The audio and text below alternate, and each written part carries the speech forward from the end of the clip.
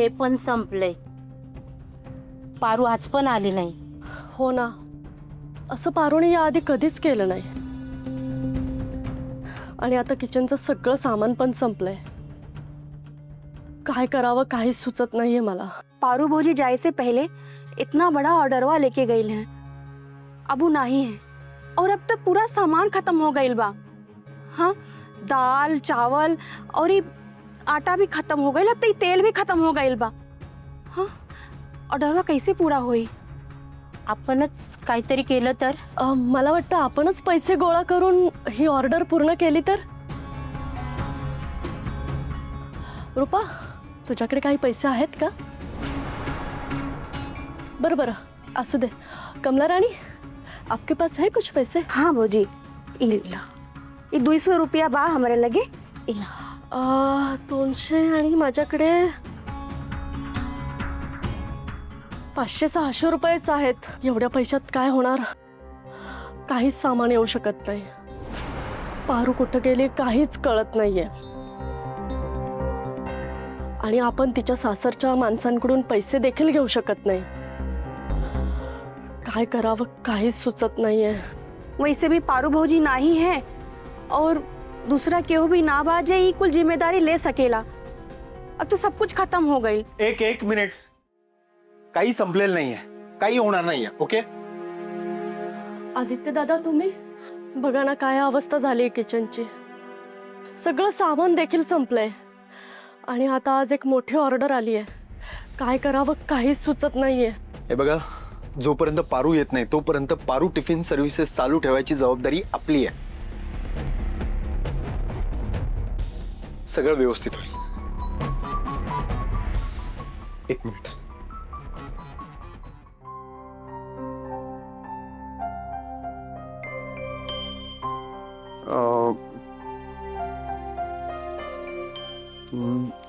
चार 5 माझ्याकडे आत्ता 5,000 आहेत. ठीक आहे, तुम्ही लवकरात लवकर जाऊन सामान घेऊन या. ओके, आणि प्लीज सगळं चांगल्या क्वालिटीचं आणा. ओके, चला पटकन लागा कामाला. सर, सामान तर येईल हो सगळं, आणि आम्ही सगळे मिळून स्वयंपाकही चांगला करू. पण डिलिव्हरीचं काय होणार? आणि आज संध्याकाळी जी ऑर्डर आहे ती खूप मोठी आहे. एवढ्या मोठ्या ऑर्डरचं पार्सल कोण घेऊन जाणार?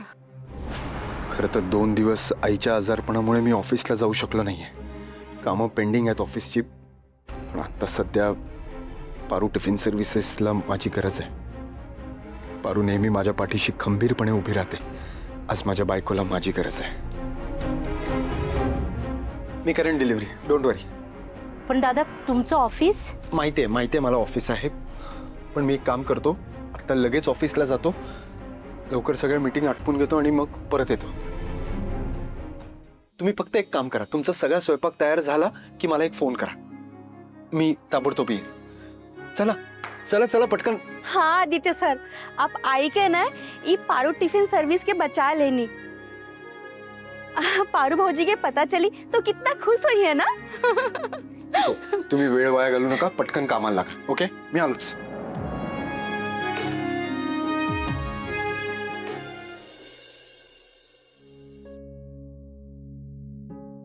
अरे वा, पायाचं दुखणं कमी झालं वाटतं आता.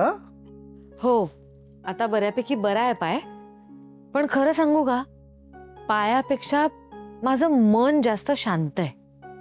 अच्छा, म्हणजे डॉक्टरांनी दिलेल्या गोळ्यांचा इफेक्ट चांगला झाला म्हणायचा. डॉक्टरांनी दिलेल्या गोळ्यांमुळे पायाचं दुखणं कमी झालं, पण मुलांनी दिलेल्या औषधामुळे मन शांत झालं. म्हणजे मला नाही कळलं काही. म्हणजे आपल्या मुलाने, आदित्यने जी माया केली आहे ना माझ्यावर, ती जास्त इफेक्टिव्ह ठरली. अरे, काल माझी काळजी घ्यायला घरात फक्त आदित्य होता. हो हो. अरे बापरे. तुला आठवतंय, आदित्य लहान असताना कधी मी आजारी पडले तर त्याला किती टेन्शन यायचं, तो कशी काळजी घ्यायचा माझी. काल मला अगदी तसंच वाटलं. म्हणजे सतत माझ्या अवतीभोवती होता. माझं औषध खाणं पिणं ह्या सगळ्याकडे त्याचं बारीक लक्ष होतं. मला काय हवंय का नकोय, मला अजिबात 1 मिनिट सुद्धा एकटं सोडलं नाही त्यांनी. हो, खरंच. फक्त त्यानंतर प्रीतम जे काही वागलाय ना त्याच्याशी, ते मला अजिबात आवडलेलं नाही. घाणेरडं वागलाय प्रीतम. ते प्रीतमच्या वागण्याचं कोडच आहे मला. तू इतका कसा काय बदललाय, असं का वागतोय, खरंच कळत नाही मला. कसा बोलला तो आदित्यला. छे, मला पण नाही आवडलं ते. तरी आदित्यनं सगळं ऐकून घेतलं आणि आज ऑफिसला सुद्धा गेला तो. आश्चर्य आहे. हो, पण मला त्याची खूप काळजी वाटते रे. अगं म्हणजे गुरुजींच्या सांगण्यावरनं आपण त्याला 2 दिवस ऑफिसमध्ये नाही जाऊ दिलं, बाहेर नाही पडू दिलं, तेवढं पुरेसं आहे ना. नाही नाही, हे बघ, तुझी काळजी कळते मला, पण त्यालाही त्याचं ऑफिसचं काम आहे, जबाबदाऱ्या आहेत. हे बघ, तू काळजी करू नको, काहीही होणार नाही. तुझं म्हणणं पटतंय मला. म्हणजे बरोबर आहे, त्याचं सुद्धा काम आहे. हे मोठं प्रोजेक्ट त्याला सांभाळायचं आहे. त्याने ऑफिसला जायला पाहिजे, बरोबर आहे. पण गुरुजी जे म्हणाले ते विसरता पण येत नाहीये ना मला. म्हणजे मला असं वाटतंय की ते जे काय वादळ आहे ज्याच्याबद्दल गुरुजी बोलत होते ते अगदी आपल्या उमऱ्यापाशी येऊन उभं राहिलंय.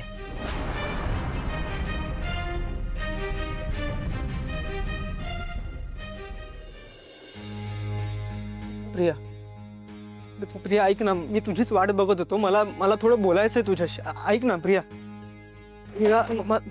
प्रिया प्लीज, मला माहिती आहे तू नाराज आहेस. Priya Priya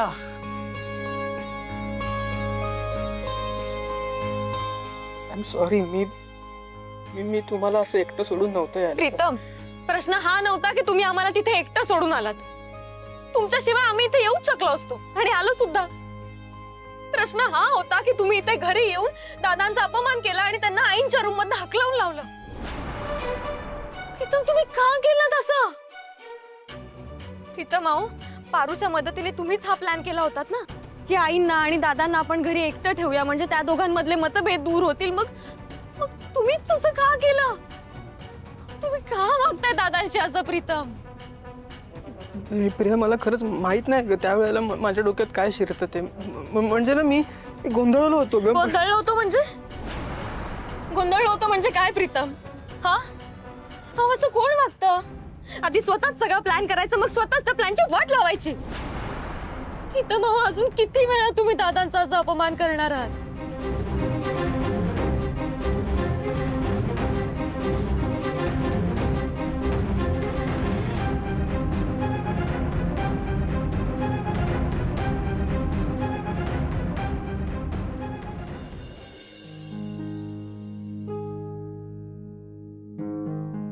I am sorry.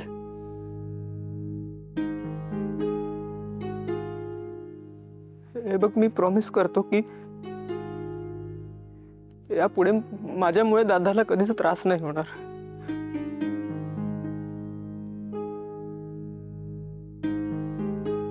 हे बघा प्रीतम, नाती जोडायला खूप वेळ लागतो, पण तोडायला क्षणही पुरेसा आहे. मला माहिती तुम्ही असे नाही आहेत. तुमचं दादांवर खूप प्रेम आहे. का वागताय तुम्ही असे? बघा, आता जे झालं ते झालं, पण पुन्हा पुन्हा ती चूक करू नका. इथून पुढे काळजी घ्या प्लीज.